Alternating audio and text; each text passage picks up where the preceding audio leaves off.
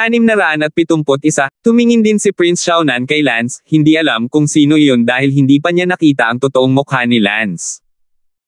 Si Brenda ay abala sa pagsasabing, Lance, anong ginagawa mo dito?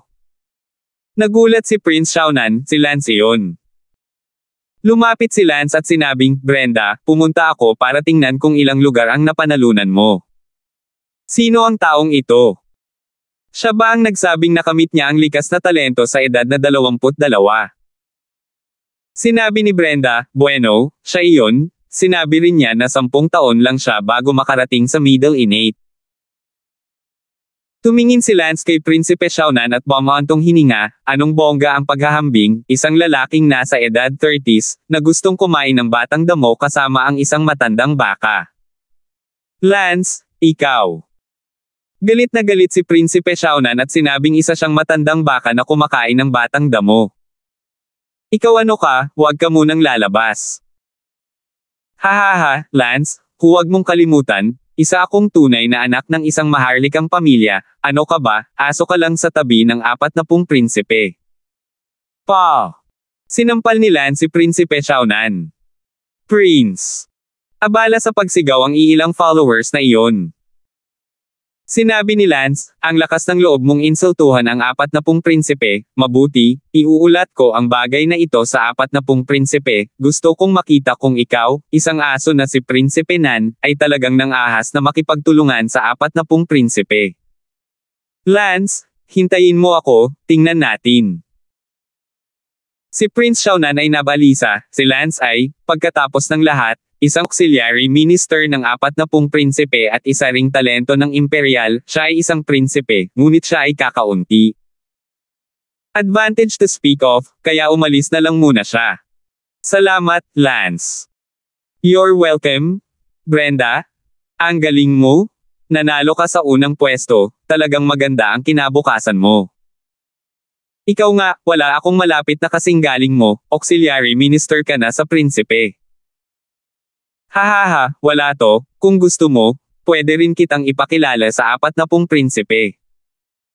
Ngunit maaaring hindi gusto ng mga tao ang aking antas. Nang marinig ito ni Owen Biggs, abala siya sa pagsasabing, Lance, tumulong ka sa rekomendasyon kung talagang maging auxiliary minister ng prinsipe si Brenda, magiging mahusay iyon, maluwalhati para sa mga ninuno Gustong tumanggi ni Brenda, ngunit sa pag-iisip na tiyak na makakabuti ito para sa pamilya, hindi siya nagsalita at pumayag. Nang makita ni Lance na walang sinabi si Brenda, tumango siya at sinabing, mabuti, irerekomendo ko ito sa 40 prinsipe sa ibang araw. Si Lance ay hindi masyadong nasabi kay Brenda, kung tutuusin, si Brenda ay hindi isang chatterbox, at hindi kami masyadong close, kaya hindi nagtagal ay wala nang masabi. Bumalik si Lance sa kanyang tahanan at ipinagpatuloy ang pagtuturo kay Sarah ng martial arts. Sa isang kisap mata, lumipas ang 5 araw. Ang mga kasanayan sa martial arts ni Sarah ay mabilis na umunlad, at kung ang kanyang katawan ay hindi masyadong mahina para hilahin siya pababa, si Sarah ay talagang lalaban sa mundo. Ngunit gayunpaman, naabot na ni Sarah ang pagiging perpekto sa panlabas na pinto, isang pag-unawa na nagpakamatay kina Elsa at Bella sa inggit. Samantala, nagsimula ang maharlikang piging. Sa araw na ito, sinundan ni Lance ang 40 prinsipe sa palasyo. Pumasok si Lance sa Royal Palace sa unang pagkakataon at talagang nabigla siya sa solemna na karangyaan ng palasyo, na sumasakop sa isang lugar na malamang na mas malaki sa 10 lungsod ng London na pinagsama. Gayunpaman, kung tutuusin, si Lance ay isang pantulong na talento lamang ng isang prinsipe, kaya walang maraming lugar na maaari niyang puntahan, kaya sinundan niya ang 40 prinsipe, sa isang maliit, malawak na damuhan. Sa mga damuhan, libu-libong mga mesa ang inilatag, ang mga mesa ay puno ng mga masasarap na pagkain, maraming imperial na palace concubines, mga prinsipe, 7 at 7, hindi mabilang. Ang ika-40 prinsipe ay nagsabi kay Lance at sa iba pa na panatilihing mababa ang profile, ang pagsunod sa kanyang likuran ay hindi maaaring pumunta saan man, o kung hindi man ay hindi niya maibulsa ang aksidente, ang mga dalubhasa sa palasyo tulad ng mga ulap, ay hindi dapat magbiro. Naramdaman din ni Lance na ang palasyo ay puno ng mga eksperto, halimbawa, may isang eunuch na parang eunuch kanina, kahit si Senior Andong ay yumuko sa kanya at tinawag siyang senior. Dumating na ang Emperor. Sa sandaling ito, isang matunog na sigaw. Tumangala si Strike sa langit, mula sa gilid ng imperial na lungsod ng kalangitan, isang malakas na tao na nakasuot ng dragon na damit ay dahan-daang lumipad, habang ang malakas na lalaking ito na nakasuot ng dragon na damit ay lumipad, isang malakas na momentum, tulad ng araw, na durog, sa sandaling ito, biglang naramdaman ni Lance na siya ay kasing hina ng langgam sa harap ng isang malakas na tao. Lahat ay nagbigay galang, mabuhay ang aking emperador. Medyo naging tanga si Lance, kaya nag-alinlangan siya, ngunit sa kabutihang palad, naitulak kaagad ng senior asang na iyon si Lance, kung hindi, ang buong pulutong ng 10,000 tao, si Lance lang ang hindi nagbigay galang, natatakot ako sa isang bagay. Malaki ang mangyayari. Bilang 40 prinsipe, sa sandaling ito, lumalabas ang malamig na pawis, dahil halos hindi nakaluhod si Lance ngayon, nakatumbas ng hindi niya pagluhod, kung ang ibang mga prinsipe na may puso ay nalaman at gumawa ng isang magulo, natatakot ako na hindi na niya magawang gumawa ng pangalan para sa kanyang sarili. Bahagyang itinaas ni Lance ang kanyang ulo upang tingnan ang Emperor, at naramdaman ang kanyang mga mata na sumasakit. Ang lakas ng Emperador na ito ay nagpasakit sa mga mata ni Lance nang tumingin siya sa kanya. Ang lakas na ito, hindi na mahulaan ni Lance kung anong kaharian siya. Tumayo na kayong lahat. Sa pagyupi lamang ng Emperador sa kanyang katawan ay nawala ang momentum ng karamihan, na parang kadena na dumidiin sa kanila. Ang buong katawan ni Lance ay biglang lumuwag. Gaano kalakas, karapat-dapat na maging emperador na kumokontrol sa napakalaking North Empire, sok-sok, hindi ko na siguro mabibilang na umutot sa harap niya ngayon, napakaliit. Sabi ni Lance sa loob. Nang makita ang gayong lakas mula sa emperador, naging mas reserved din si Lance.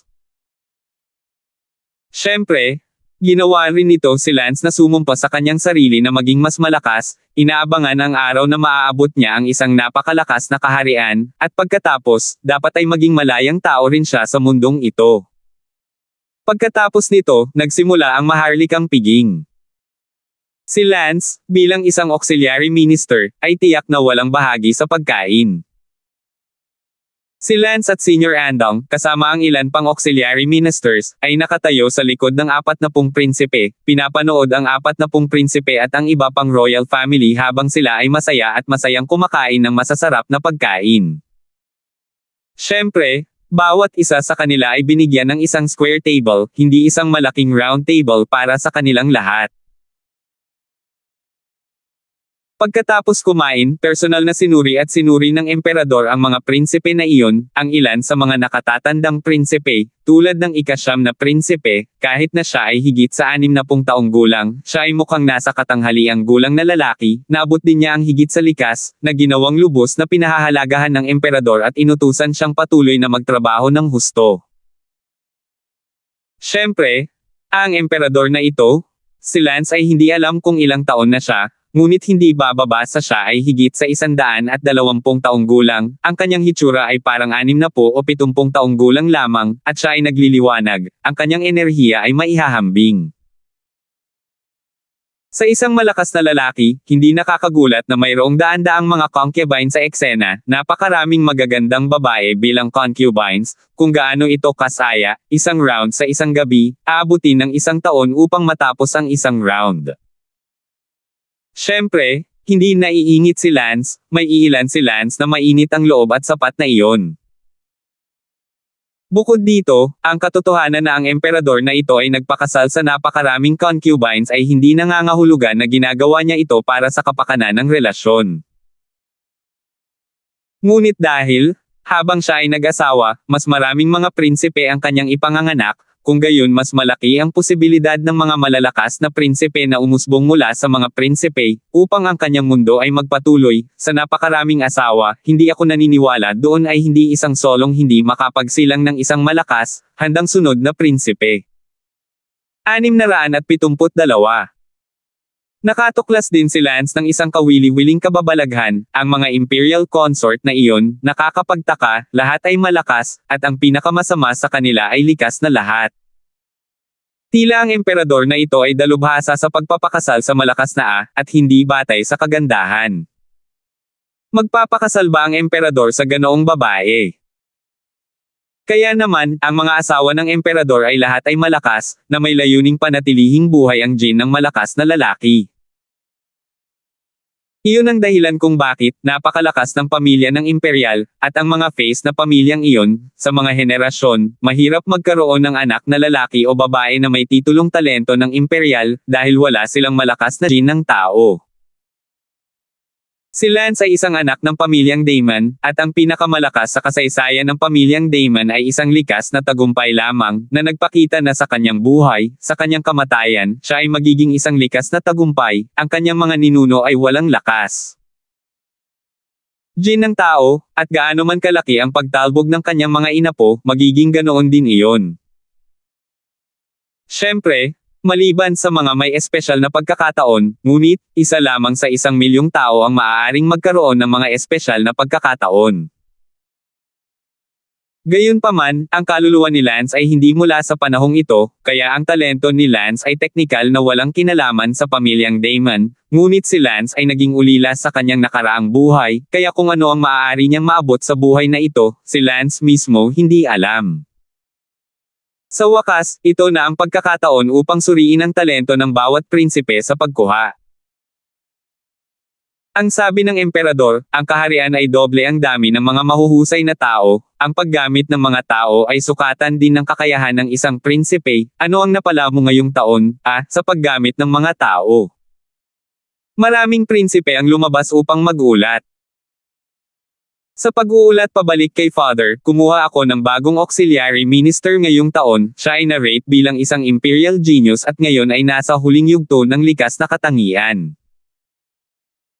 Bumalik kay Ama, kumuha ako ng bagong auxiliary minister ngayong taon, isa siyang napakalakas na sound mage, wala pang 24 na taong gulang, umabot na siya sa ika-8 paitang sound mage, na-rate na siya bilang isang talento ng imperial. Lihim na sinabi ni Lance, kaya ang imperial talents ay hindi lamang ang mga nakaabot sa likas na sining sa martial arts na maaaring masuri, ang iba pang aspeto, halimbawa, sound mage, ecstasy, poison master, at healer ay masusuri lahat, Makakapag-rate din ako ng imperial talent sa lugar ng healing master. Doble talent. 1 segundo upang tandaan na basahin ang libro. Sa oras na ito, lumabas din ang ika-40 prinsipe at nagsabing, amang nagbibigay liwanag, ang aking anak ay kumuha na rin ng bagong pantulong na ministro ngayong taon. Tinitigan ng emperador ang mga mata ng ika-40 prinsipe, na malinaw na hindi kasing tahimik ng ibang mga prinsipe, at sinabi sa banayad na tono, oo. Ang bagong auxiliary minister na kinuha ng aking anak sa taong ito ay isang double genius, 19 na taong gulang pa lamang, na umabot sa middle innate sa martial arts at ika-10 baitang sa hilang. Kumunot ang kilay ng emperador at sinabing, Harem, hindi ka masama ngayong taon, nakatanggap ka ng magaling na auxiliary minister, magtrabaho ng husto. Medyo mas magiliw ang tono ng emperador. Oo, Padre Emperor. 40 prinsipe ang natuwa nang makitang mabait ang tono ng kanyang ama sa kanya, at salamat din sa basbas ni Lance, nakita ng kanyang ama na nakatanggap siya ng isang napakahusay na ministrong henyo, at bahagyang tumingin sa kanya. Iba. Ang ilan sa iba pang mga prinsipe ay lihim na humirit at nagseselos at naiinggit sa 40 prinsipe. Pagkatapos mag-ulat ng isang prinsipe, sinabi ng emperador, pagkatapos, ayon sa mga tuntunin ng mga nakaraang taon, ang pantulong na ministro ng bawat prinsipe, ayon sa kani-kanilang mga kaharian, ay lalaban sa aktwal na labanan upang makita kung sinong pantulong na ministro ng prinsipe ang pinakanamumukod-tangi. Kaagad, sinabi ng 40 prinsipe kay Lance, Lance, umaasa ako sa iyo mamaya, subukang tumayo hanggat maaari kapag mas namumukod-tangi ka, mas marami akong mukha, at titingnan si ama. Sa akin ng kaunti dahil dito. Mabuti. Tumango si Lance, bilang isang likas na kalagitnaan ng yugto, sa aktwal na pakikipaglaban sa mga likas na kalagitnaan ng yugto ng iba pang mga prinsipe, si Tang.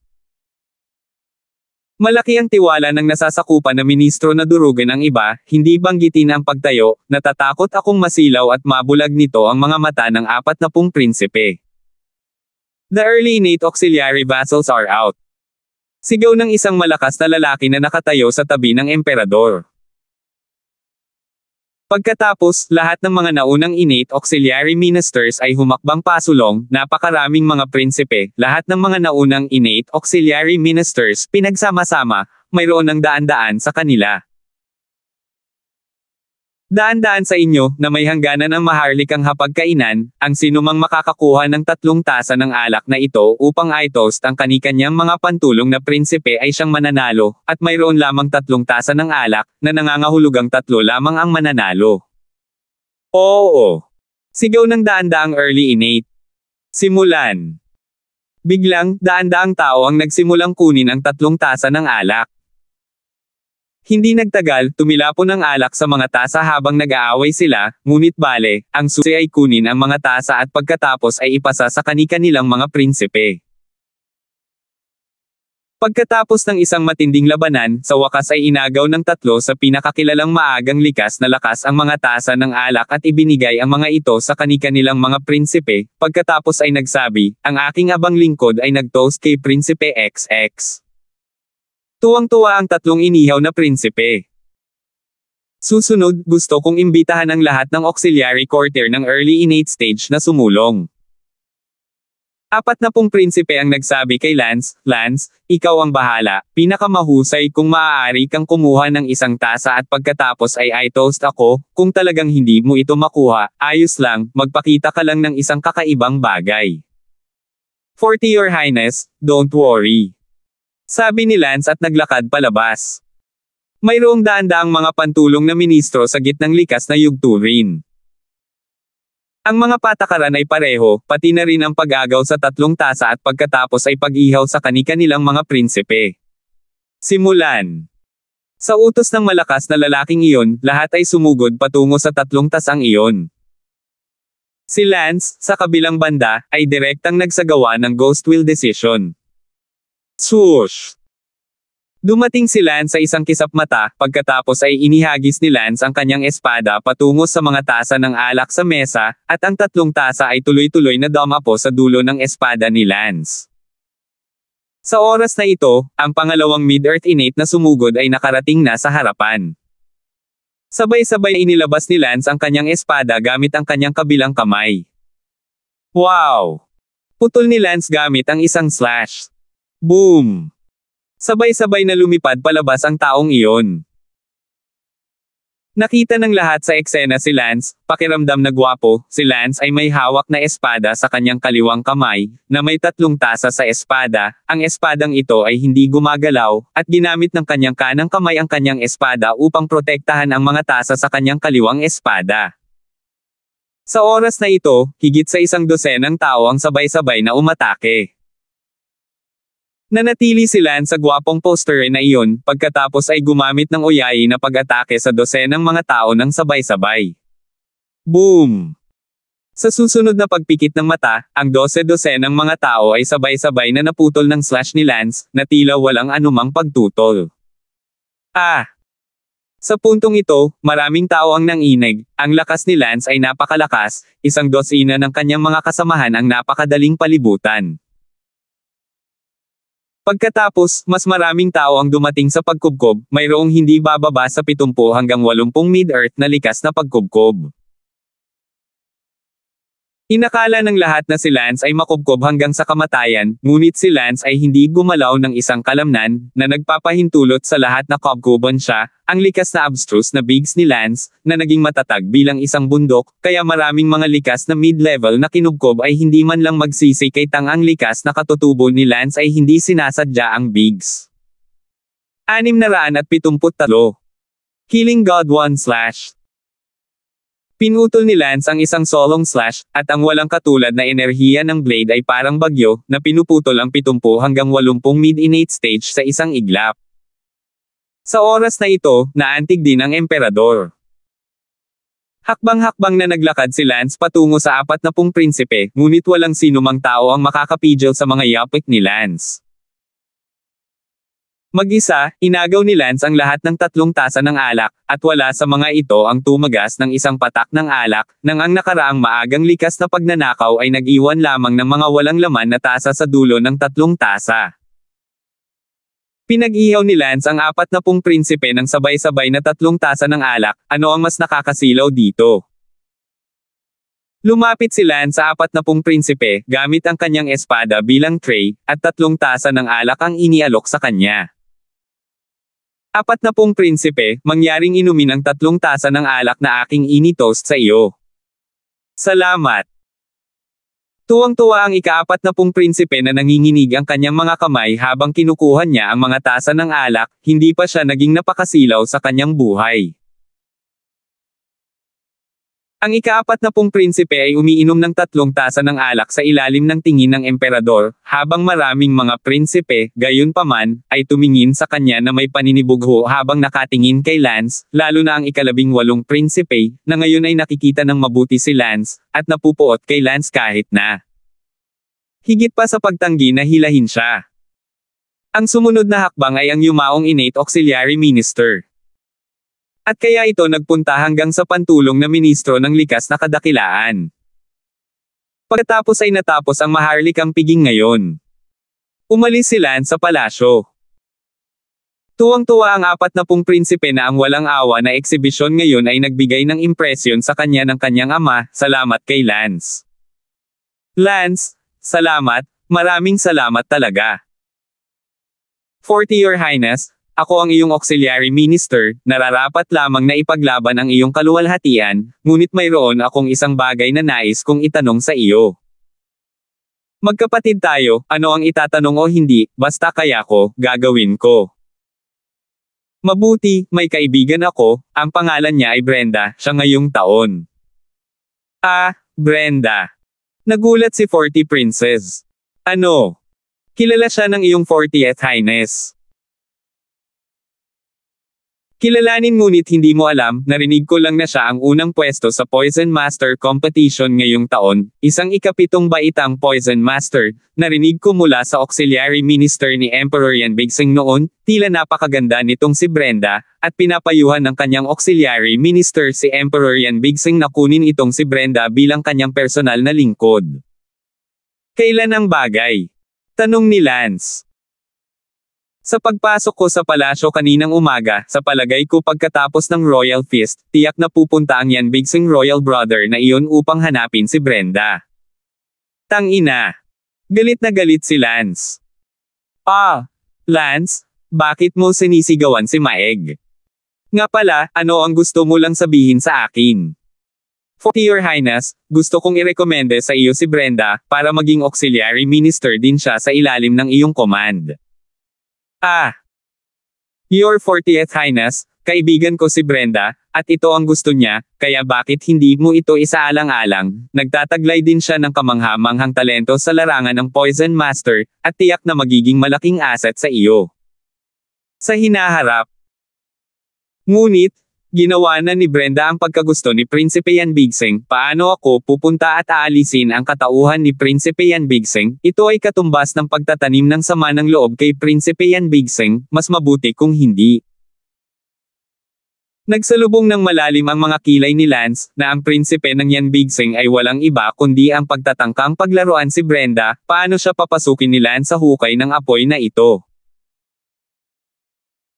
Gayunpaman, hindi nagawang pagnakawan ni Lance si Prinsipe Yan Bigxing, direkta niyang ipinadala ang kanyang mga eksperto upang lipulin si Lance, kaya kinailangan ni Lance na umasa sa 40 prinsipe upang iligtas si Brenda, tanging ang mga prinsipe lamang ang maaaring makipagkompetensya sa isa't isa. Mapagkompetensyang lakas. 40 Your Highness, paano kung kailangan kong iligtas si Brenda? Lance, bakit mo ginagawa ito? Lumalaban ka sa prinsipe, ni hindi mo kayang labanan si Prinsipe Yan Bigxing, sapat na siya para paoksain ka sa isang casual na utos, kaya bakit mo pinahihirapan ang iyong sarili? Sabi ni Lance, 40 Your Highness, then, pasok ka para sa akin at agawin si Brenda. Ngunit hindi ba nakakasakit iyon kay Prinsipe Yan Bigxing at hindi karapat-dapat na gawin iyon para sa Brenda? Medyo naiinip si Lance at sinabing, Your Highness 40, kung sulit na masaktan si Prince Yan Bigsing para sa akin, sulit ba na masaktan si Prince Yan Bigsing? Ikaw. Tama, kailangan kong pigilan si Prinsipe Yan Bigsing. Kung ayaw mong sumama kay Prinsipe Yan Bigsing at nakawin si Brenda, ako na mismo ang pupunta. Kung mag-isa akong pupunta, natatakot akong manalo. Kung hindi ako makapagpatuloy sa pagiging auxiliary minister mo sa hinaharap, kailangan kong tumakas. Ang ika-40 prinsipe ay parang napunit sa pagitan ng dalawa. Payo ni Lance, Your Highness 40, palagi kang natatakot na masaktan ang ibang mga prinsipe, ang kinahinatnan nito ay iniisip ng lahat na mas madali kang mabuli, bakit hindi ka maging mas malakas? 40 princes had no choice but to say, sige, makikinig ako sayo, it's another away with a prince. Salamat, kamahalan 40. Sa Starling City, isang tiyak na inn. Si Brenda ay nananatili rito, naghihintay ng balita mula kay Lance upang makita kung may posibilidad na siya ay maging auxiliary minister ng 40 prinsipe. Binabantayan din ng patriarch ng pamilyang Brenda ang panig ni Brenda, sa takot na ma-accident si Brenda. Brenda, nakalimutan na ba ni Lance 5 araw na ang nakalipas at wala man lang balita? Sabi ni Owen Biggs. Maghintay ka lang ng kaunti, sigurado akong irerekomende ako ni Lance sa 40 prinsipe. Maganda kung maaari ka talagang maging auxiliary minister ng prinsipe, ikaw ay ika-7 baitang master ng lason, kapag ikaw ay naging ika-8 baitang master ng lason, maaari kang pumunta at makakuha ng isang imperial na titulo ng talento, sa gayon. Oras, talagang luluwalhatiin mo ang iyong mga ninuno, at magiging unang anak na lalaki at babae ng aming pamilya, kailanman, na magtamo ng isang imperial na talento, na maaalala ng mga henerasyon ng mga susunod na henerasyon. Tuwang-tuwang sabi ni Owen Biggs. Si Brenda ay 17 taong gulang na ngayon, at tiyak na maaari siyang maging isang 8th grade poison master bago siya maging 24, kaya napakatatag na ng imperial talent na ito. Sa sandaling ito, isang likas na malakas na lalaki ang lumipad. Ikaw si Brenda. Eksakto. Si Brenda ay abala. Let's go. His Highness our Prince wants to see you. Tuwang-tuwa si Brenda at ang patriarch ng pamilyang Biggs, akala nila ito ang 40 prinsipe. Napangiti si Owen Biggs, talagang matulungin si Lance, talagang inirerekomenda kanya, Brenda, tara na, puntahan natin ang prinsipe. Pagdating sa lobby ng inn, nakita nila ang isang binata na nakasuot ng mamahaling damit mula sa malayo na nakaupo sa lobby, kasama ang ilang mga likas na gwardya. Si Brenda at Owen Biggs ay abala na lumapit sa kanya at nagbigay galang, ang mga damo ay nagbibigay galang sa kanyang kamahalan na ika-40 na prinsipe.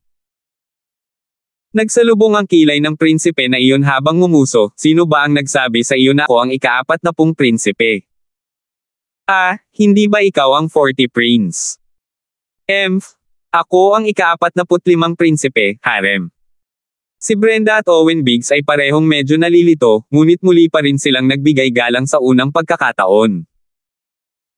Ang 45 prinsipe ay tumingin kay Brenda nang may pagnanasa at ngumiti, ang ganda talaga, hindi talaga niloko ni Sun Jingnan ang prinsipe na ito, maganda. Nakita ni Brenda ang ika-45 na prinsipe na nakatingin sa kanya nang may pagnanasa, ang kanyang puso ay naiinis, ngunit ang kabilang partido ay isang prinsipe, wala siyang magagawa tungkol dito, kahit na ang prinsipe na ito ay nais na matulog sa kanya sa publiko, natatakot ako doon wala siyang magagawa tungkol dito. 674. Sinabi ng ika-45 na prinsipe, Brenda, ilang taon na siya ngayong taon? Bumalik sa kamahalan na prinsipe 45, si Min Daughter ay 17 sa taong ito. 17, malambing nga. Dinilaan ni Prince 45 ang labi niya. Brenda, halika rito, halika sa prinsipe na ito. Ito. Isang likas na eksperto ang sumigaw, kung sinabihan ka ng kanyang kamahalan na pumunta doon, maaari kang pumunta doon, kung gagawin mong hindi masaya ang kanyang kamahalan, magsaya ka. Walang magawang lumapit si Brenda at tumayo malapit sa 45 prinsipe. Ikinawit ng 45 prinsipe ang baba ni Brenda gamit ang isang daliri at pinagmasdang mabuti ang mukha ni Brenda, ang mapula, mamasa-masa at nakakaakit na labi, ang tuwid na ilong ng Jasmine, ang malambot na puting balat, ito ay tunay na walang kapintasan. Sok sok! What a great beauty! I never thought na magkakaroon ng ganito kaganda sa mundong ito. Prince 45 smiled heedlessly. Your Highness 45th Prince, ano ang gusto mo? Tanong ni Brenda. Makinig, min daughter Brenda, simula ngayon, ikaw na ang personal na lingkod ng prinsipe na ito, maintindihan mo. Agad na umatras ng ilang hakbang si Brenda, ang kanyang mukha ay puti. What? You don't want to serve this prince? Malamig ang mukha ng 45 prinsipe. Sinabi ni Brenda, mangyaring hilingin din sa kamahalan, Prinsipe 45, para sa kamahalan na maging mapagbigay, si min daughter ay isang damo lamang, hindi sapat na kwalipikadong maglingkod sa prinsipe.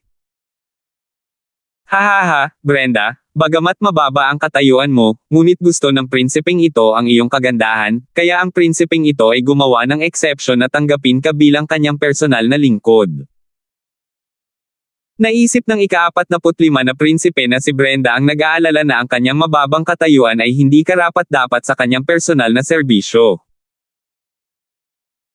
Nang makita ni Brenda na ang 45 prinsipe ay naguguluhan, siya ay abala muli sa pagsasabing, ang iyong kamahalan 45 ay mabait, hindi ko nais na maging iyong personal na lingkod, kaya umaasa ako na ang kamahalan ay masiyahan. Ano, sasabihin mo na naman? Malamig ang mukha ni Prinsipe 45, hindi masyadong maganda ang ugali, at ang katotohanan na talagang tinanggihan siya ng isang untouchable ay bigla siyang nagalit, na parang napahiya.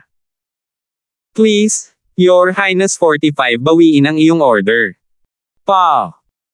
Biglang sinampal ni Prince 45 ang mukha ni Brenda, at nahulog si Brenda sa lupa na may 5 malinaw na marka ng daliri sa mukha.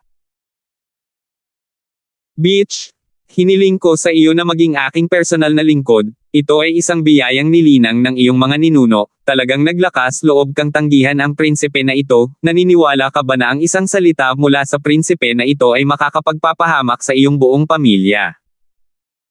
Kapansin-pansing nagbago ang mukha ng patriarch ng pamilyang Biggs, at abala siyang lumuhod, mabait ang 45 prinsipe, hindi alam ni Brenda, bakit kailangan mong maging karaniwan sa kanya.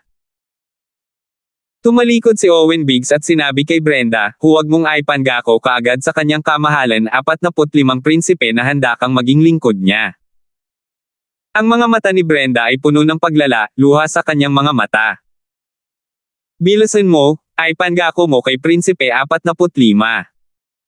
Nagmamadaling hinimok ni Owen Biggs, kung talagang magagalit siya sa prinsipe, isang pamilyang grade ang mapapawi sa loob ng ilang minuto. Lumuhad si Brenda at nagsabi, anak ng mga tao, nawa. Sandali. Biglang may sumigaw mula sa hindi kalayuan, si Lance at ang 45 prinsipe na si Harem at ang iba pa.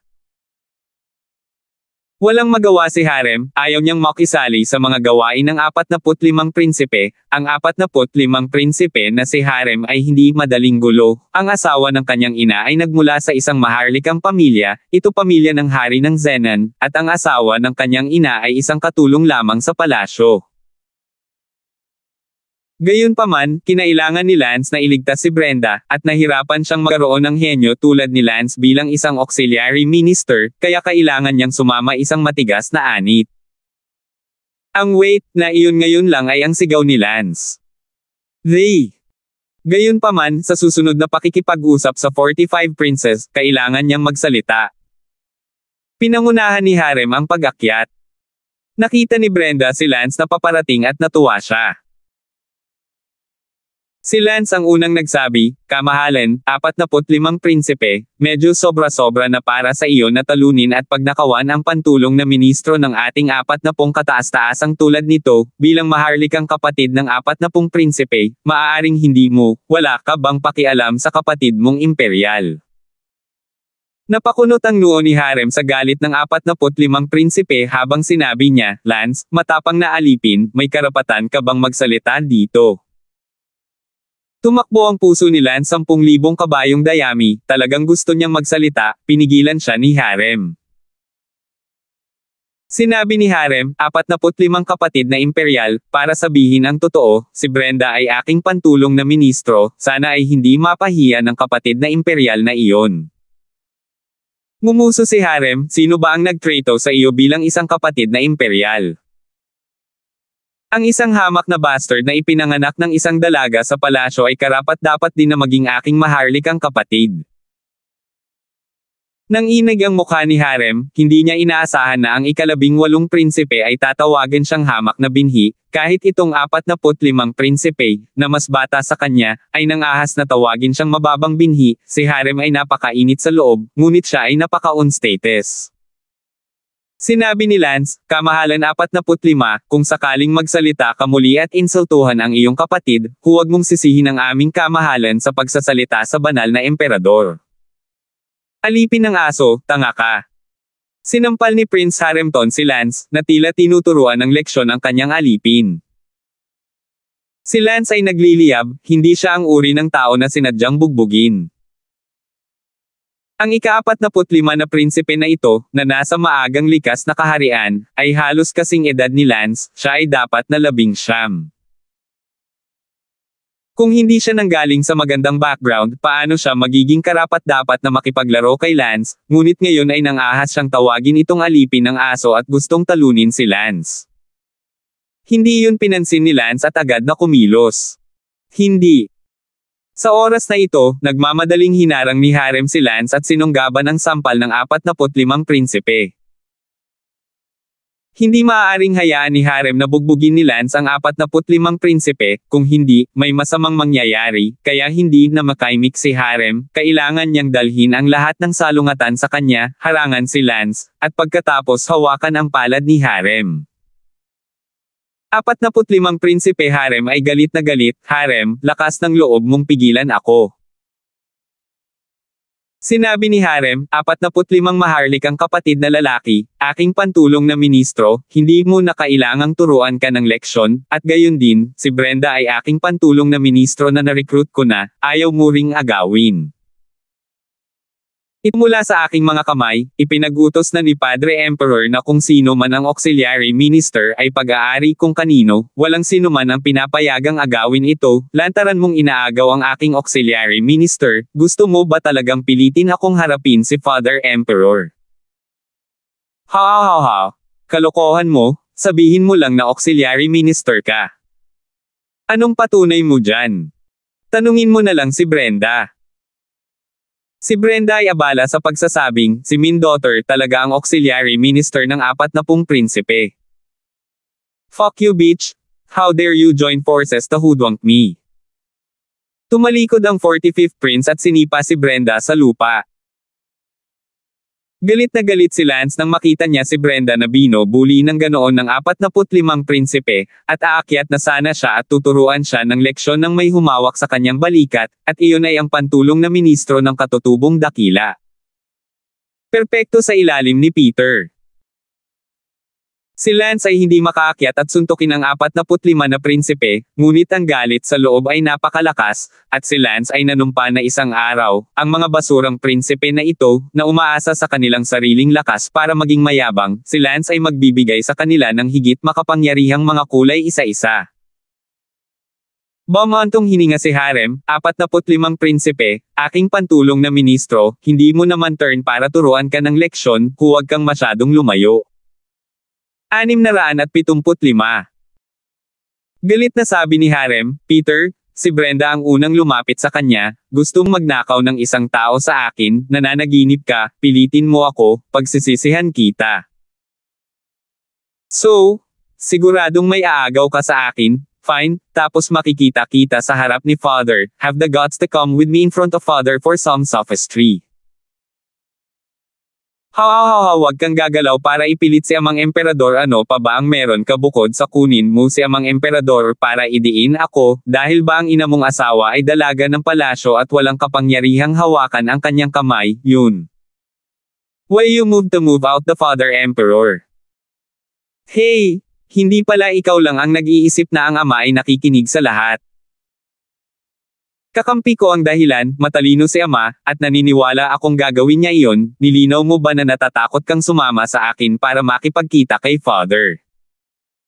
Fuck you, Peter. Hostage mo pa si Father Emperor, huwag mo akong pilitin na gawin ka.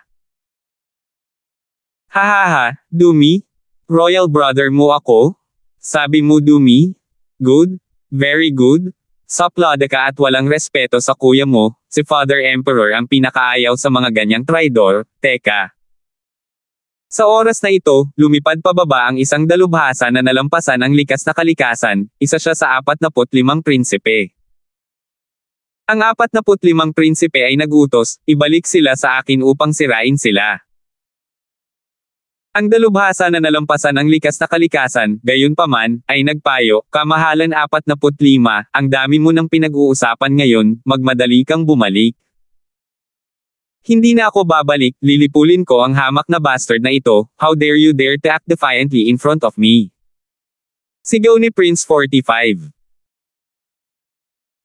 Ngunit ang malakas na lalaking iyon na lampas sa katutubo ay hindi nakinig sa kanya, sa halip ay hiniling niya sa iba na ibalik siya, ang mga taksil na salita na sinabi lamang ng 45 prinsipe, kung talagang umabot sila sa mga tainga ng emperador, tiyak na walang mabuting bunga, kaya dali-dali siyang lumabas upang tapusin ang usapin. Isang segundo upang tandaan na basahin ang libro.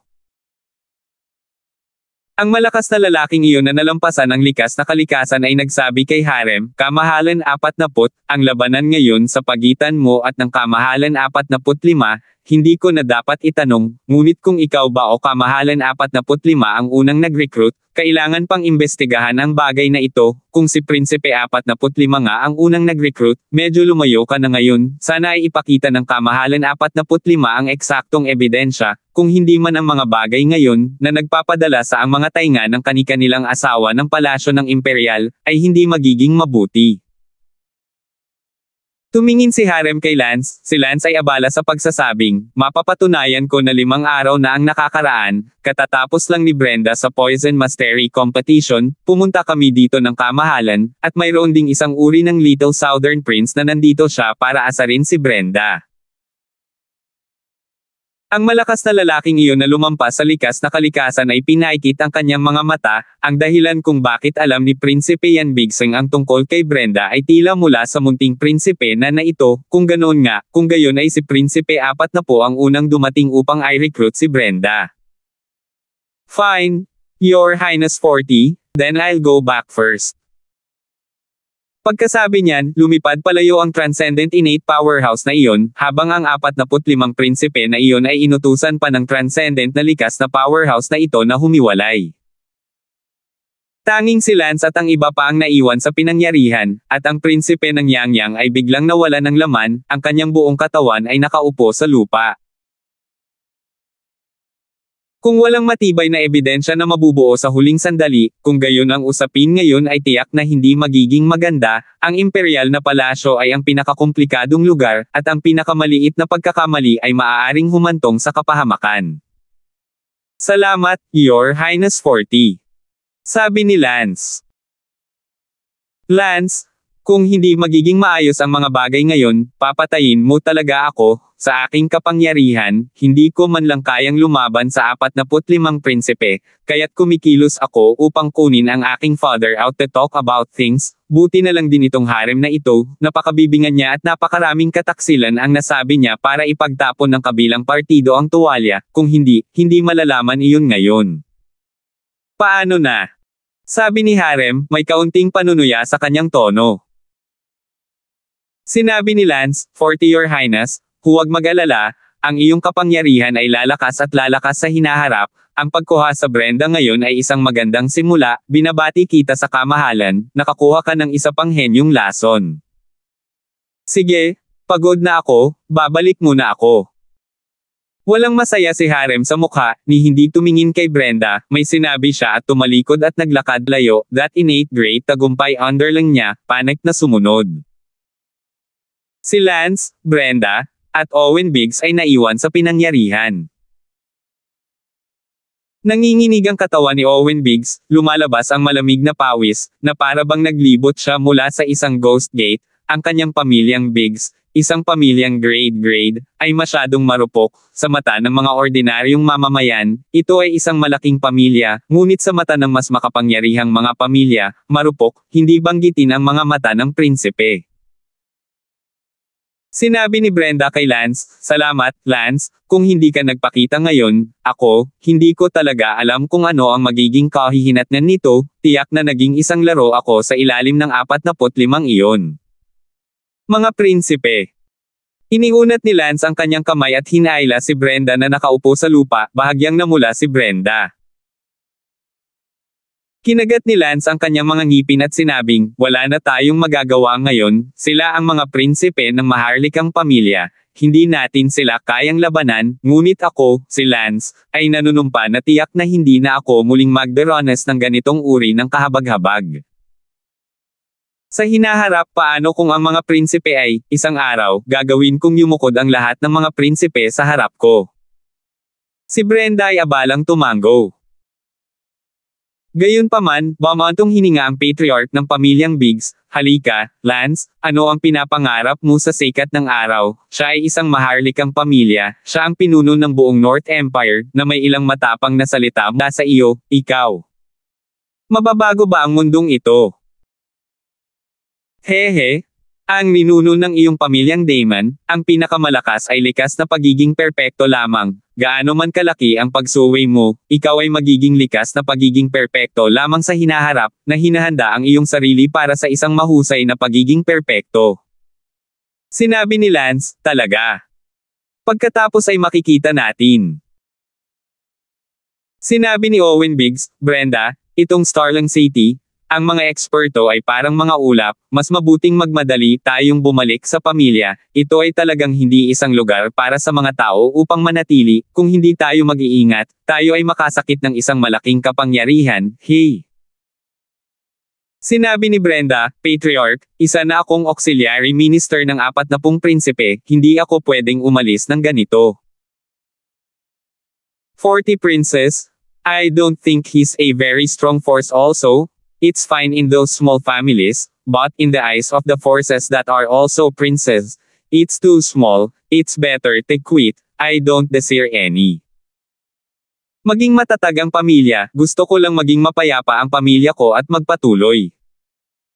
Sabi ni Owen Biggs na may nararamdamang puso. Naiinip na sinabi ni Lance, "Halika, ngayong isa ka ng auxiliary minister ng 40 prinsipe, sa tingin mo ba ay hahayaan ka na lang ng 40 prinsipe na maglaro? Tapos ka na talaga, at dapat sirain ka ng 45 prinsipe." Nanginig ang katawan ni Owen Biggs.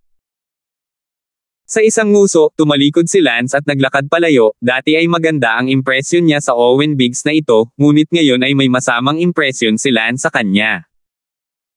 Sinabi ni Brenda kay Owen Biggs, "Patriarch, bumalik ka muna sa iyong pamilya, hindi kita kailangang mag-alala." Agad na sinundan ni Brenda si Lance at umalis.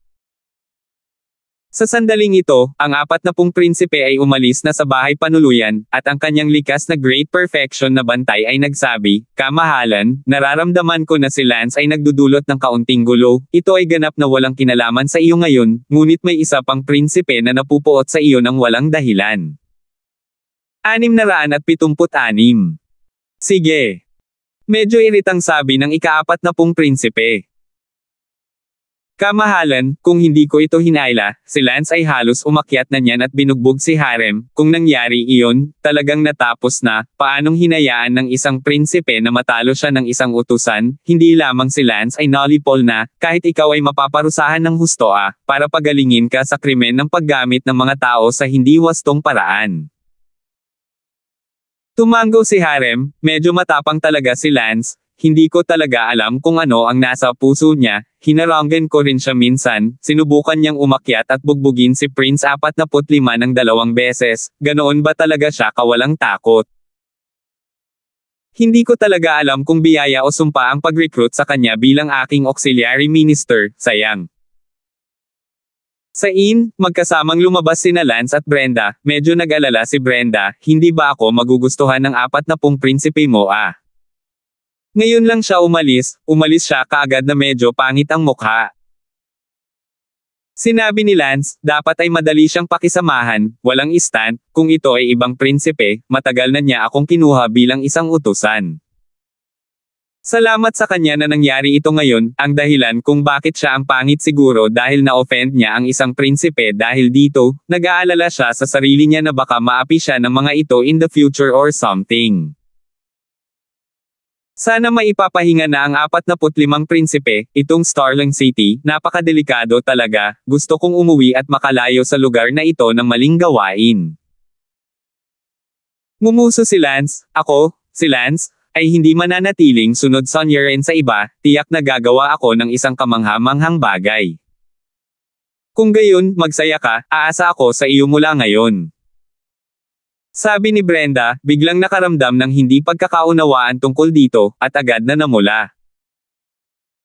Bumalik si Lance sa bahay ni Prinsipe Yan, ngunit sinabihan na pumasok si Yan sa palasyo, at ang welcome dinner na ito para kay Brenda ay pag-uusapan mamaya. Alam ni Lance na ang 40 prinsipe ay maaaring talagang nasa mood.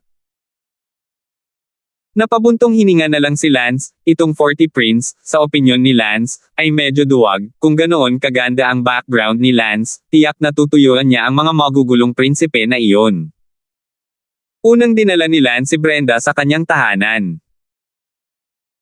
Ipinakilala ni Lance kina Elsa, Bella, at Hansara, siya si Brenda, ang unang nagwagi sa Poison Master Competition ngayong taon, isa na siyang 7th grade Poison Master, kapag naabot niya ang 8th grade.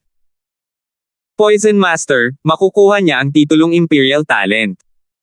At ilang taon na ang nakalilipas, bago ako umalis sa pamilyang Damon, si Brenda ay nobya ko siya. Siyempre, long yellow ang kasal ngayon. Gusto ko rin upang hilingin kay Brenda na matagpuan ang kanyang kaligayahan sa lalong madaling panahon, siya ay maninirahan sa amin sa loob ng ilang araw sa ngayon, at magkakaroon siya ng sarili niyang bahay pagkatapos magayos ang 40 prinsipe. Well, hello, Brenda. Mainit na tinanggap ni na Elsa at Bella silang tatlo si Brenda, maliban na si Brenda ay isang masungit at hindi emosyonal na tao, kaya hindi nagtagal ay wala na silang masyadong masabi, pumunta si Brenda upang pag-aralan ang kanyang makamandag na sining, na hindi makapagsalita sina Elsa at Bella, kung sila ang nasa kanilang lugar, sila ay magkakasabay. Tumawa si Lance, ganyan ang personality niya, parang walang tigil sa pakikipagdaldalan niya, imposible, mahilig siyang mag-isa, kumuha pa tayo ng kaunting responsibilidad. Sa palasyo. Ang aking anak ay nagbibigay galang sa ina. Harem, bumangon ka, nabalitaan ko na ang nangyari ngayon. Sabi ng isang magandang babae. Ina consort, pasensya na po, nagkagulo po ang anak ko, sigurado pong marami na po akong naging problema sa inyo. Nagimbal na sabi ng ika-40 prinsipe. Nako, hindi mo kailangang mag-sorry, mag-ina tayo, negosyo mo ang negosyo ko, at least royal princess ako, kahit anong mangyari, may mga taong walang lakas ng loob na gawin sa akin, ito ay isang bagay lamang ng ilang kahihiyan. Alam ng anak ko na mali ako. Sige, harem. Tumangala si Prinsipe 40 nakita ang sulok ng bibig ng kanyang ina, medyo nabugbog, kumirot ang kanyang puso, marahil ay dahil sa kanya, naghahanap ng gulo ang ina ng ika-45 prinsipe. Naikuyom ng ika-40 prinsipe ang magkabilang kamao. Peter, iyong auxiliary minister, ilang araw na lang, at nagsimula na siyang manggulo para sa iyo. Ina consort, gusto mo bang hilingin ng aking anak na tanggalin siya? Matriarch, siya ay isang pambihirang auxiliary minister sa akin, mangyaring maging mapagbigay. Ang ika-40 prinsipe ay abala sa pagsusumamo. Nako, I'm not asking you to please dismiss you, I'm just saying na napakagaling niyang gumawa ng gulo para sa iyo. At ano ang ibig sabihin ng ina consort? Pagkalipas ng ilang segundo, sinabi ng matriarch ni Harem, sa susunod na taon, ang imperyo ay magpapadala ng isa pang grupo ng mga talento ng imperial upang mag-aral sa Star Ocean Academy, ipadala si Lance upang mag-aral para sa imperyo, baka magdulot muli siya ng gulo dito. Ah! Peter, Ipadala si Lance upang mag-aral sa ibang bansa, ito ay upang ipagpatuloy ang kanyang pag-aaral at para sa kanyang kapakanan, ito ay isang lugar na gustong puntahan ng maraming tao ngunit hindi makapunta, kasama na kayo. Ang Star Ocean Academy ay ang pinakamalaking likas na akademya. Sa mundong ito, ang pag-aaral doon ay palaging magiging kapaki-pakinabang para sa kanya upang mapabuti ang kanyang lakas. Ang Star Ocean Academy ay tumatanggap lamang ng mga talento na inirerekomenda ng imperyo, kaya may mga henyo mula sa buong mundo, at mas angkop para sa kanya na pumunta sa ang Star Ocean Academy kaysa sa North Empire na ito. Kung siya ay matagumpay sa kanyang pag-aaral, mas matutulungan ka rin niya sa kanyang pagbabalik, ngunit mayroon lamang 10 inirerekomendang lugar ang imperyo bawat taon, kaya ito rin ang kay Lance. Ginagawa kong siya ay maaaring ipadala o hindi ng imperyo upang mag-aral sa ibang bansa, ngunit ako ay aktibong lalaban para sa kanya. Nagpapasalamat ang emperador sa matriarch para kay Lance. Sige, bumalik ka muna. Oo, Imperial Son, umalis ka na. Bumalik si Harem sa kanyang sariling tirahan at agad na inutusan ng isang tao na tawagan si Lance. Hindi nagtagal, dumating si Lance. Meet Your Highness 40. Lance, hindi kailangang maging magalang. Yan, Your Highness, okay lang ba kayo ng Your Ladyship? Tanong ni Lance. Well, wala nang iba sa ngayon, Lance, hiniling kita na pumunta dito dahil may sasabihin ako sa iyo. 40 Your Highness, please speak. Lance, ang asawa ng aking ina ay nag-apply sa Empire para sa iyo upang ipadala ka sa Star Ocean Academy upang maging isang internasyonal na estudyante ng North Empire, kaya humanda ka sa pagtakbo para sa opisina. Ano ba, hindi kita narinig ng malinaw? The Empire is deporting you to study at Star Ocean Academy. Ano itong Star Ocean Academy?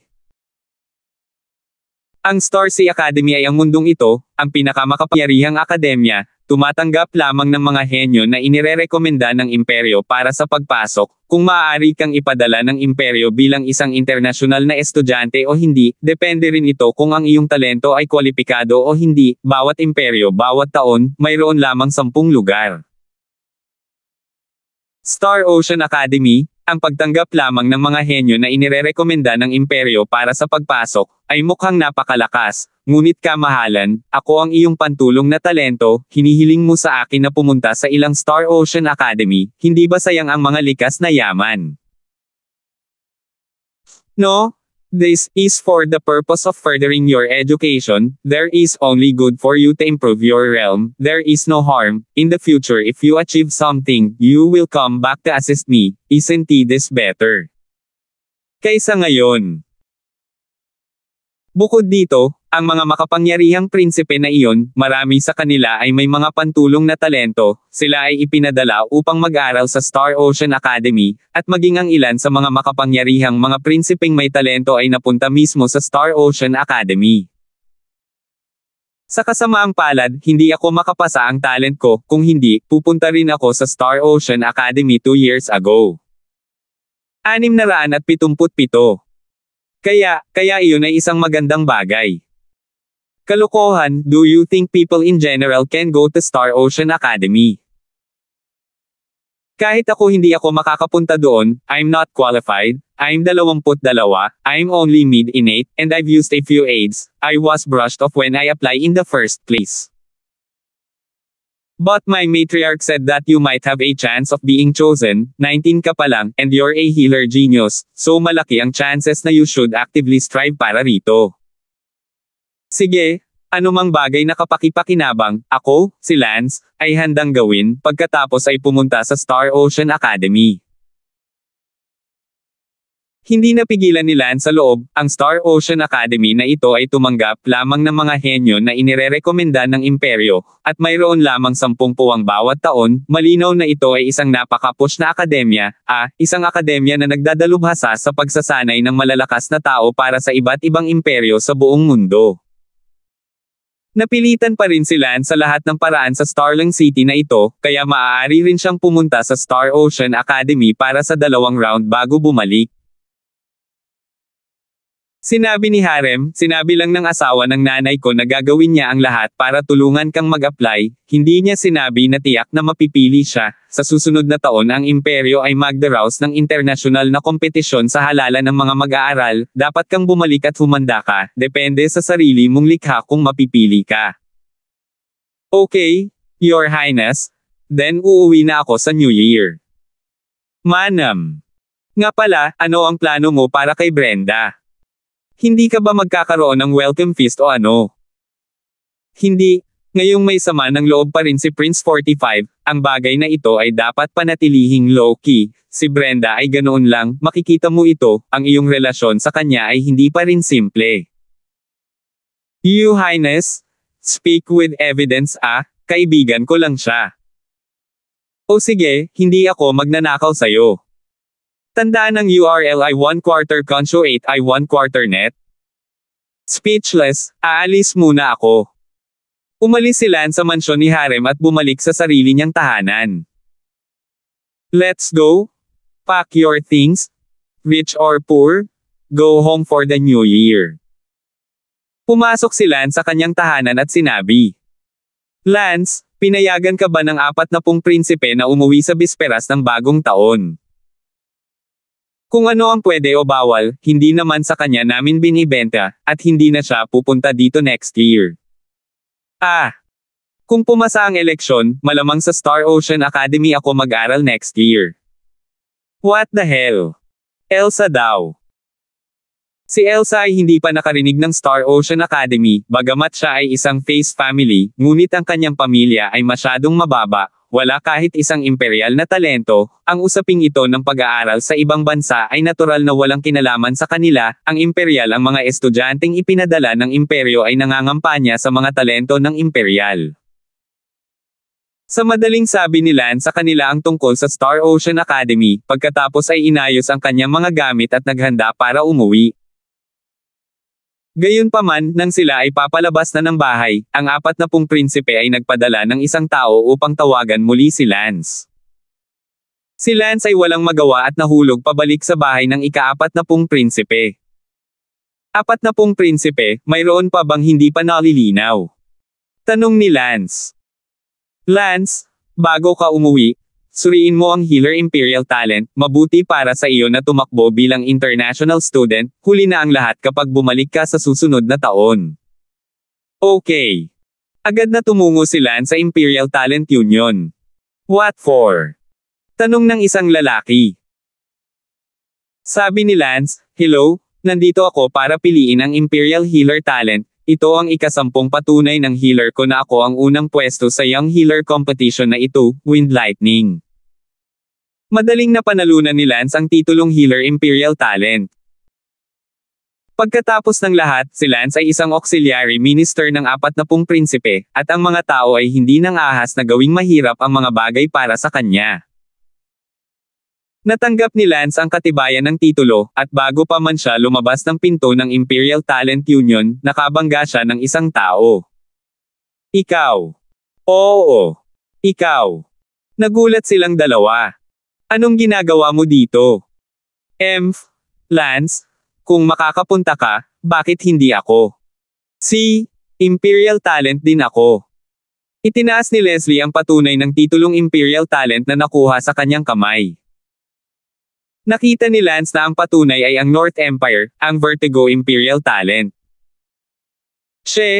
Mayroon akong 2 Imperial Talent na titulo, isa kang Lost Soul Master, ano ba? Sabi ni Lance. Ngumuso si Leslie Smith, Lance, isa na akong 8th-rank Mesmerized Soul Master na nakakuha ng titulong Imperial Talent, mas mabuting tretuhin mo ako ng may kaunting paggalang. Wow! Nakakatakot! 8th grade yay? Matatakot akong matulog sa gabi, hahaha. Ikaw. Labis na inis si Leslie Smith nang makitang walang respeto ang pakikitungo ni Lance sa kanya, mula pa noong simula ng Palanan Middle School, tila hindi siya kailanman inilagay ni Lance sa kanyang mga mata, ngayong nakakuha na siya ng mga talento ng Imperial, sitang umakto pa rin si Lance na parang hindi siya inilagay sa mga mata niya, asar talaga siya. Lance, naniniwala ka ba na gayumahin kita sa ilang minuto at huhuberin mo ang iyong pantalon sa publiko? Sabi ni Leslie Smith. Sinabi ni Lance, halika, pagkatapos ay gagawin kita sa publiko. Gagawin kitang mayabang. Agad na binato ni Leslie si Lance. In all fairness, ang nakakaakit na diskarte ni Leslie Smith ay talagang isang malaking improvement, at si Lance ay talagang medyo nanginginig. Gayunpaman, walang kalahating pusong banta kay Lance, ang kasalukuyang lakas ng pag-iisip ni Lance, paano siya mabibighani ng munting nakakatuwang pamamaraan na ito. Si Lance ay kumilos na para bang siya ay nakukulam, ang kanyang mga mata ay mapurol. Walang pakialam na ngumiti si Leslie Smith, Lance, tingnan mo ang yabang mo, hindi ka na rin nakukulam sa akin ngayon. Lance, ngayon tinatanong kita, palagi mo na ba akong minamaliit? Tulala na sabi ni Lance, oo. Nagalit si Leslie, tiyak na hindi mo ako nilingan. Lance, ikaw? Bakit palagi mo akong minamaliit? Ang sama mo ah. Sabi ni Lance. Ano? Masama ako. Nangangati ang mga ngipin ni Leslie Smith sa galit, naisip niyang ginayuman niya si Lance, kaya nagsasabi ng totoo si Lance, sa puso ni Lance, masama pa nga siya. Nagtanong muli si Leslie Smith, ganyan na ba ako kasama sa paningin mo? Saan ako hindi kasing galing ni Sally at Elsa, bakit hindi mo ako tinitingnan sa ibang anggulo? Kumalabog ang kaloob-looban ni Lance, mas mababa sa ibig niyang sabihin doon. Nagpatuloy si Lance na magkunwaring kinukulam at sinabing, dahil kaaway mo ako. Kalokohan, gaano katagal iyon, ako, matagal na akong tumigil sa pag-iisip sa iyo bilang isang tunay na kaaway. Medyo daw ang boses ni Leslie Rowe. Sa sandaling ito, biglang tumawa si Lance. Noon lamang napagtanto ni Leslie Smith na si Lance ay hindi naman siya nabighani, ngunit peke ito. You're actually faking it. Bumantong hininga si Leslie Smith at itinuro si Lance. Bumantong hininga si Lance, ang iyong maliit na pamamaraan ng pangkulam, iligtas mo ito, ang mangkukulam sa maliliit na bata ay mas katulad nito, hahaha. Ikaw. Sige, Leslie. Tinatimad akong asarin ka. Uuwi na ako, bye. Tumalikod si Lance at naglakad palayo. Medyo nalilito ang puso ni Lance, medyo kakaiba ang tono ni Leslie ngayon lang, tumigil na siya sa pagtrato sa akin bilang kaaway niya, ano ang ibig sabihin nito, hindi ba ako lagi ang kaaway niya? Si Lance ay hindi nag-abala na mag-isip tungkol dito, o, sa halip, hindi nag-abala na mag-isip tungkol dito, nakuha ang kanyang pangalawang titulo ng Imperial Talent at umuwi, pagkatapos ay umalis sa Starling City kasama sina Elsa, Bella, Sarah, at Brenda. 678. Walang airport ang Starling City, kaya kailangan mong lumipad sa mga modernong lungsod sa paligid ng Starling City. Ang Starling City ay 80–70% sinaunang estilo, at ang mga makapangyarihang tao na naninirahan doon, pati na rin ang mga royalty, ay nasanay sa mga gawin ng feudal na lipunan. Siyempre, ang pag-unlad ng modernong teknolohiya ay 100 taon pa lamang, at marami sa pinakamalakas na tao sa Starling City ang hindi pa nakakasabay sa dinastiyang Daloy. Gayunpaman, sa hinaharap, sa 100 taon, ang Starling City ay tiyak na unti-unti naging isang modernong lungsod, ngunit syempre, gaano man ito kalaki ng pagbabago, ang maharlikang pamilya ng North Empire ay namumuno pa rin sa imperyong ito. Saan? Lalawigan ng Tianan, Dongyang County, lungsod ng London. Okay, ang flight papuntang Tennant Province, Dongyang County, at London City ay aalis sa loob ng 2 oras, mangyaring ipakita ang iyong mga ID card. Pagkatapos umalis sa Starling City, si Lance at ang iba pa ay nagtungo sa isang nakapalibot na lungsod, at sa paliparan, si Lance, Bella, at Sarah, ay bumili ng mga tiket sa London City.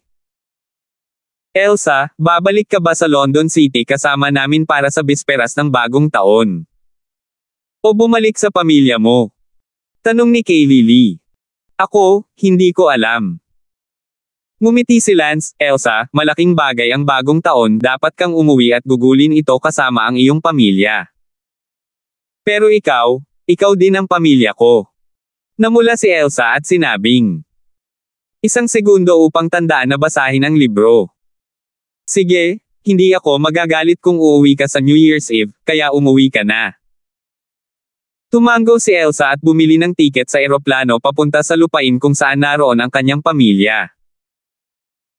Para naman kay Brenda, syempre bumalik siya sa sarili niyang tahanan, hindi siya si Lance, kaya diretso siyang bumili ng tiket para umuwi.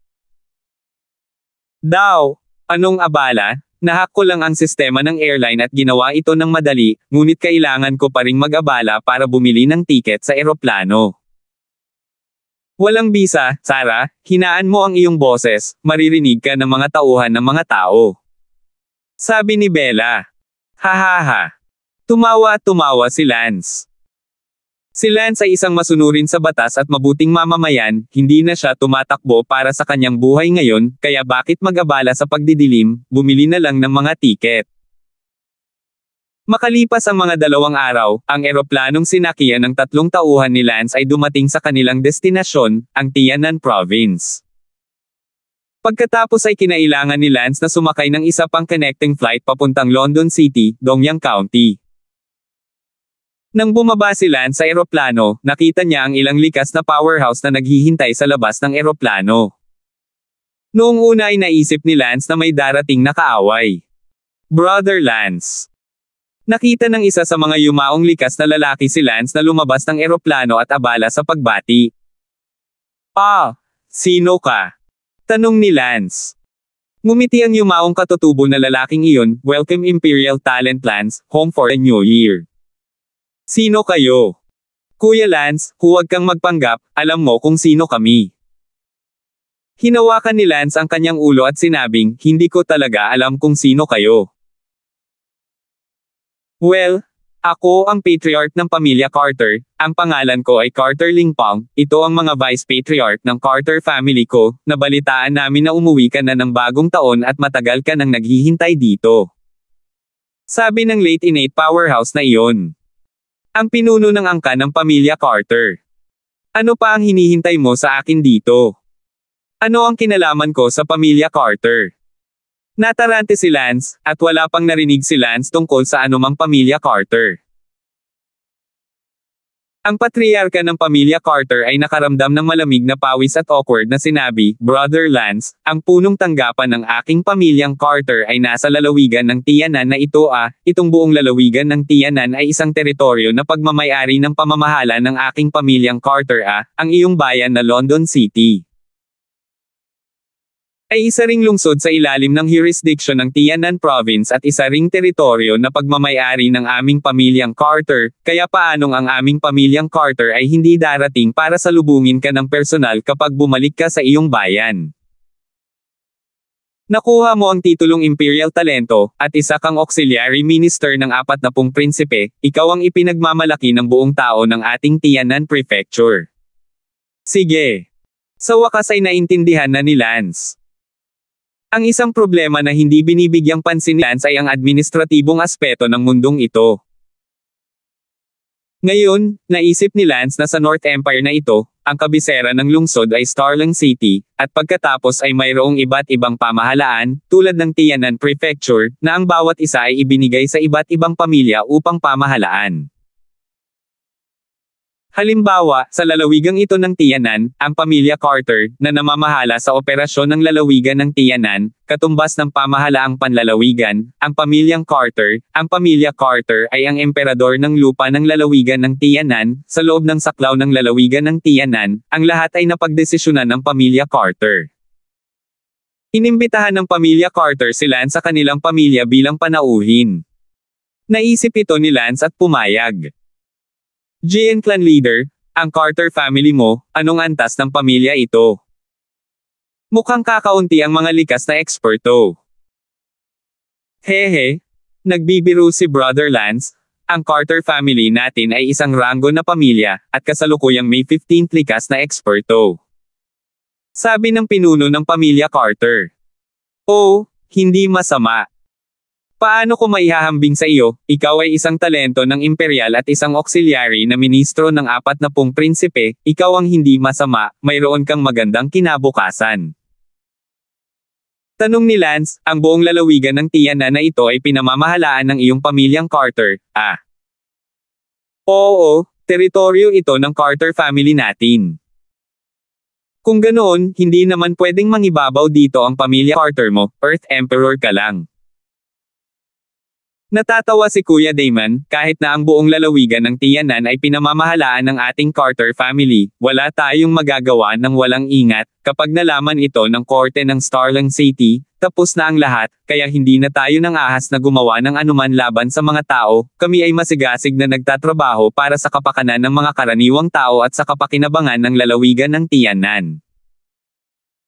Ngumiti si Lance at sinabi, Clan Chief Carter, isang kamag-anak ko ay nakatira sa London City, iniisip ko kung ang kamag-anak kong iyon ay maaaring maging mayor ng London City dahil ang buong Tenan Prefecture ay teritoryo ng iyong pamilya Carter. Hahaha, Kuya Damon, welcome ka?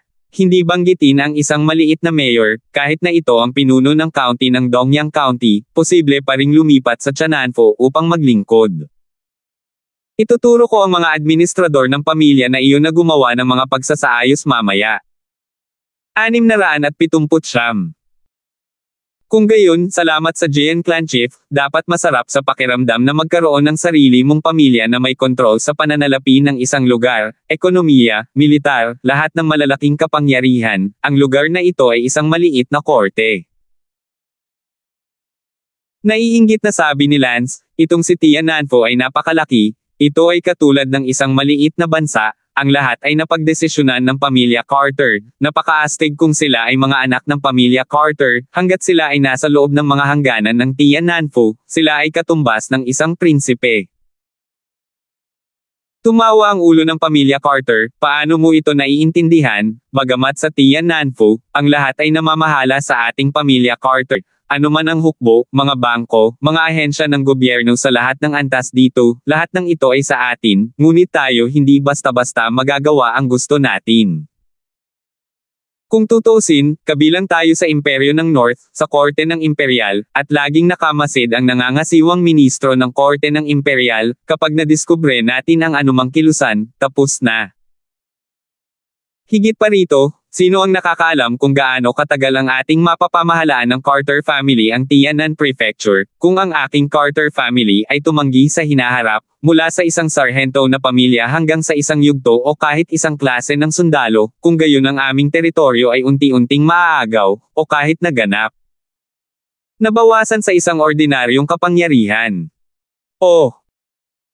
Bahagyang ngumiti si Lance, alam na ngayon ni Lance kung bakit ang mga pamilyang iyon, na napakadesperadong maging matatag, ay madalas na gumamit ng mga taktika sa pag-aasawa para makipag-ugnayan sa ibang mga pamilya, na may layuning mapanatili ang kapangyarihan ng kanilang pamilya. Inimbitahan si Lance sa pamilya Carter, at bilang makalupang emperador ng Tianan Prefecture, natural na napakalaki ng kanilang family headquarters, na sumasaklaw sa napakalawak na lugar. Ang buong Tianan Prefecture ay teritoryo ng kanilang pamilya Carter, at ang buong tao ng Tianan Prefecture ang kanilang mga tao, upang makapagtayo sila ng kasing laki ng estate ayon sa gusto nila. Empire ngayon, at sila ang kabuoang sentral na pamahalaan. Si Lance ay kumain sa pamilya Carter, at personal na sinamahan ng pinuno ng pamilya Carter ang alak. Ang kasalukuyang pagkakakilanlan ni Lance, natural na kinailangan siyang kaibiganin ng pamilya Carter, hindi pa banggitin ang talento ng imperial, o ang pantulong na ministro ng 40 prinsipe, ang magiging bar, hindi na makipagkaibigan kahit. Pagkatapos ng hapunan, personal na iniutos ng pinuno ng pamilya Carter na magpadala ng espesyal na eroplano para ipadala si Lance sa London City bukas. Kinabukasan, sa wakas ay bumalik si Lance sa lungsod ng London. Dumiretso si Lance sa bahay ni Kent. Young Master Damon, bumalik ka na. Takot na tawag ni Butler Mina nang makita ito. Sina Eden at Adan, silang dalawa, ay nakabalik na sa pamilyang Damon. Ang pamilyang Damon ay isang face level na pamilya, at marahil ay isa ring makalupang emperador ng isang partikular na bahay, at maaari ring takpan ang langit gamit ang isang kamay sa ang teritoryo ng pamilyang Damon. Sina Eden at Adan ay bumalik sa pamilyang Damon, natural na ito ay mas kaaya-aya kaysa dito. Mina, nasaan si Uncle Kent? Tanong ni Lance. Master Leo, kalalabas lang niya, parang may tumawag sa kanya kaninang umaga at gusto siyang kunin bilang mayor ng London City. Oh! Tumawa si Lance, hindi niya inaasahan na ganoon kabilis ang pag-utos sa kanya ng pamilya Carter sa umaga. Young Master Damon, pagkatapos ay tatawagan ko kaagad si Master Leo. Hindi, hayaan mo muna siyang maging busy, hindi naman kasi ako aalis agad uuwi na ako for New Year's Eve. Ma'am. Tuwang-tuwa si Nina, naisip niyang babalik si Lance para bisitahin si Kent, hindi niya akalain na babalik siya para sa bagong taon, sigurado akong matutuwa si Kent na malaman. Mula nang bumalik siya sa London, mukhang hindi na tama si Bella. Bella. Niyakap ni Lance si Bella Lee, malamang naalala ni Bella ang kanyang mga magulang.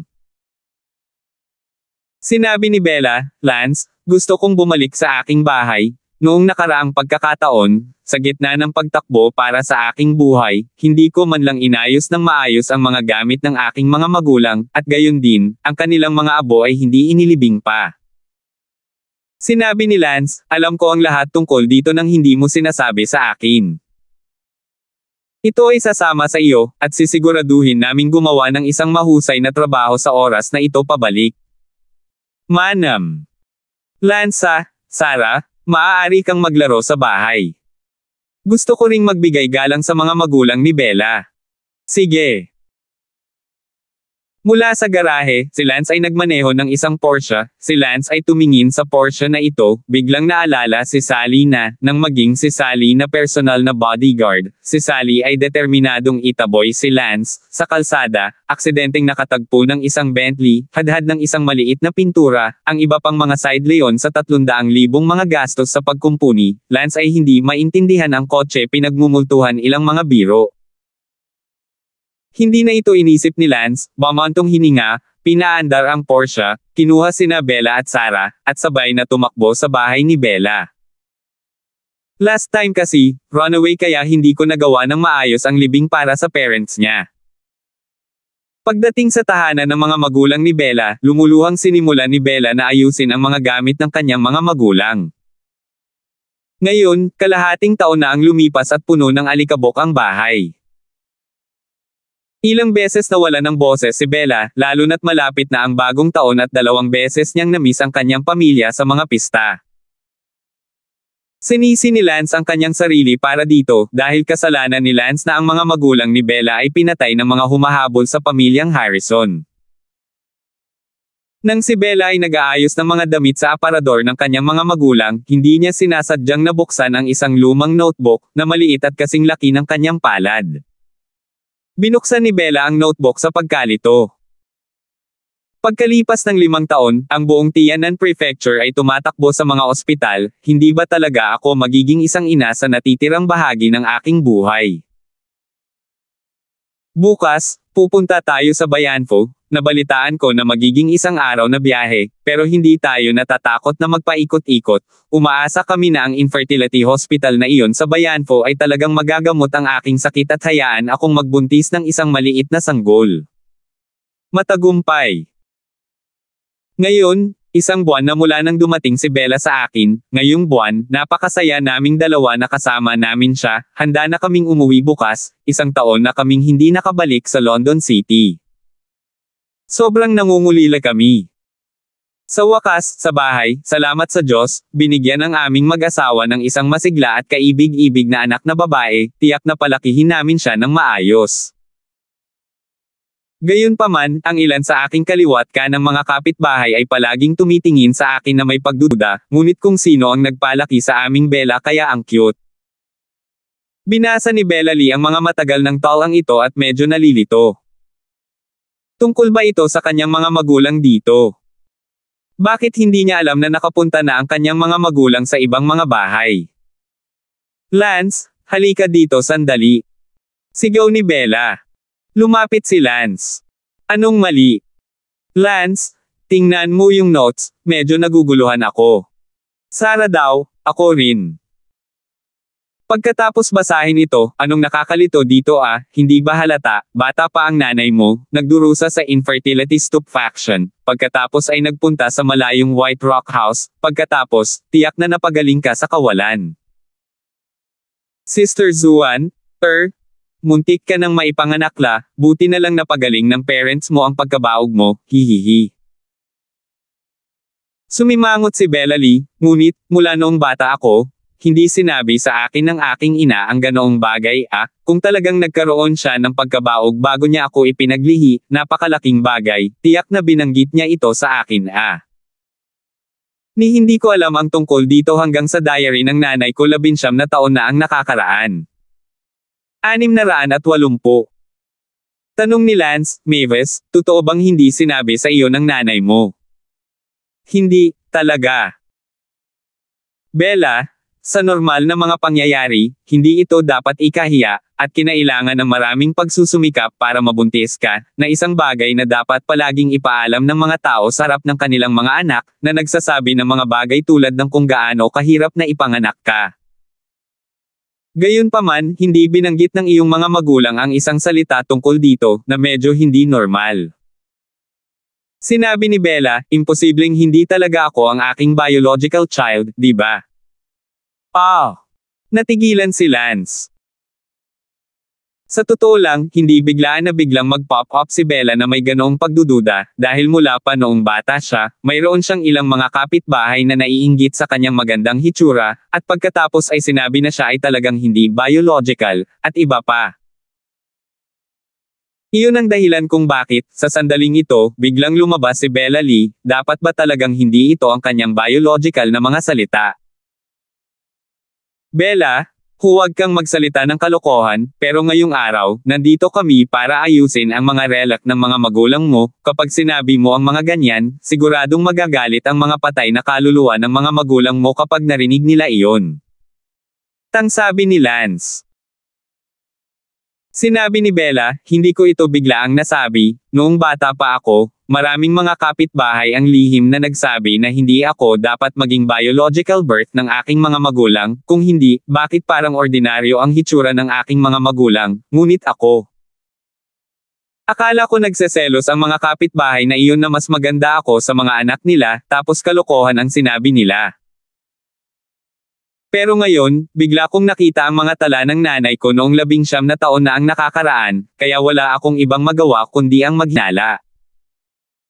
Sinabi ni Lance, Bella, ngayong wala na ang iyong mga magulang, bakit kailangan mong ituloy kung biological sila o hindi, kaya paano kung hindi sila biological? Hindi na naabala si Bella. Tandaan ng URL I1/4 Conso 8 I1/4 net. Matapos ayusin ang mga labi para sa mga magulang ni Bella, sa tulong ni Lance, gumugol sila ng 2 araw na magkasama para tapusin ang libing. Tio Kent, bumalik ka na, congratulations, na-appoint ka na bilang mayor ng London City, ikaw ang magiging top man sa London City mula ngayon. Pagkalipas ng 2 araw, umuwi si Kent, at dito sa puntong ito, siya na ang alkalde ng lungsod ng London. Isang negosyante ang biglang pumasok bilang alkalde ng lungsod ng London, at alam ng lahat ng malalaki at maliliit na puwersa sa lungsod ng London na ang mga koneksyon at backstage ni Kent ay napakahirap. Lance, narinig ko kay Mina na nakabalik ka na, pero nasa inspection tour ako sa lalawigan ng Tianan, kaya wala na akong oras para bumalik. Tio Kent, hindi po ako nagmamadaling umalis, nasa bahay ako para sa bisperas ng bagong taon, hindi masama sa loob ng 2 araw. Ngumiti si Kent at sinabing, Lance, bigla akong naging mayor, dapat ikaw, pumunta ako sa Tiananfo sa pagkakataong ito, iginalang ako ng gobernador ng may malaking paggalang, tiyak na pambihira ka na ngayon. Tio Kent, hindi masama, ngunit hindi ito kasing dali at comfortable gaya ng inaakala ko, ako na ngayon ang auxiliary talent ng 40 prinsipe, ang pangunahing bagay ay ang relasyong ito, kung hindi, bakit ang pamilya Carter ay mag-aabala na mangyaring ako? Sinabi ni Kent, ang alamat ay may isang emperador, isang prinsipe at isang hukuman sa Starling City, ito ay talagang totoo Oh, Tio Kent, Kung gusto mong pumunta sa Starling City, dadalhin kita balang araw at makilala ang maalamat na emperador. Sabi ni Lance. Tumango si Kent at ngumiti, good. Sinabi ni Kent, ang ating North Empire, na may kabuuang mahigit 120 probinsya, bawat isa sa kanila ay pinamamahalaan ng isang makapangyarihang pamilya. Ayon sa alamat, ang mga makapangyarihang pamilyang ito ay muling nasa ilalim ng kontrol ng korte ng Starling City, at tayo ay hindi ko nakita kung ano ang hitsura ng korte, hehehehe. Tumawa din si Lance hihihi, at sinabi sa sarili, hindi naman talaga gugustuhin ni Tio Kent na makita ang emperador, di ba? Ang pangit kapag pumutok ang malaking kasinungalingan na ito ngunit hindi magagawa. Tio Kent, from now on, you can be a good mayor in London City, as long I'm still here, you can be a very stable mayor, huwag kang madalas tumakas para gumawa ng kahit anong negosyo, easy. Mabuti. Tumango si Kent. At, Nasp. Uncle Kent, ilang taon ka na ngayong taon? Tanong ni Don Zimmer. Anong mali? Nagtatanong lang. Oh, 45. Sabi ni Kent. Uncle Kent, 45 is still pretty young, so why don't you find a wife? It's not good for you alone now, you should find a woman to live with, don't you think? Ah, Lance, bakit mo naman nasabi bigla? Medyo napahiya si Kent. Tio Kent, nagsasabi ako ng totoo, lahat tayo ay lalaki, alam mo, ang hirap mag-jerking off hanggang sa pagtanda mo. Galit na namula si Kent at medyo nahihiya na nagsabi, iyon, Lance, sa totoo lang, hindi ako kasing dalisay gaya ng iniisip mo, kahit na hindi pa ako nag-asawa muli nitong mga taon, ngunit hindi ito sa puntong lutisin ito ng aking sarili. Ah! Totoo rin, at least isa kang boss na may mahigit 100 milyong asset, walang kakapusan sa mga maliliit na sekretarya sa paligid mo. Sabi ni Lance. Oh, Lance, huwag na nating pag-usapan iyon. Si Kent ay medyo manipis ang balat. Huwag na, Tio Kent, bigla akong may naisip. Anong ideya? Hehe, hindi muna kita kakausapin tungkol dyan, pag-usapan natin yan kapag tapos na ako. Kinagabihan, hiniling ni Lance kay Sarah na tulungan siyang mahanap ang contact number para sa pamilya Carter sa lalawigan ng Tianan. Hello, alin ito? Hinahanap ko ang Carter family head, ako si Lance from London City. Ah, hinahanap ang clan head. Laking gulat nang sumagot ng telepono, ang clan head ay hindi niya gustong makilala.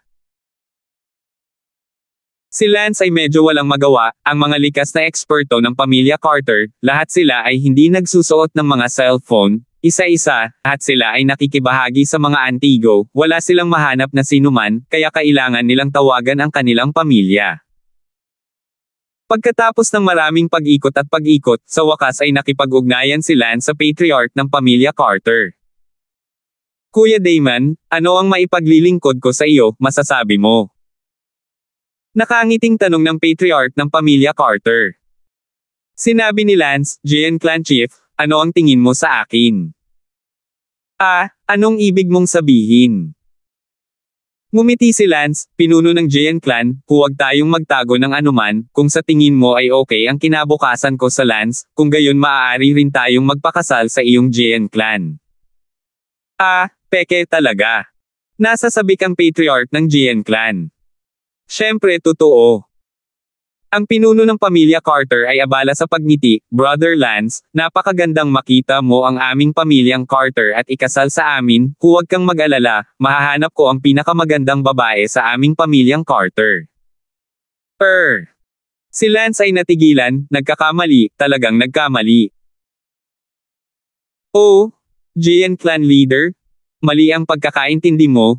Hindi ako ang ibig kong sabihin, ang kamag-anak ko, si Kent, may babagay ba ang Gian Clan mo sa kanya, pakasalan mo siya, magpakasal tayo. Ah, hindi ikaw.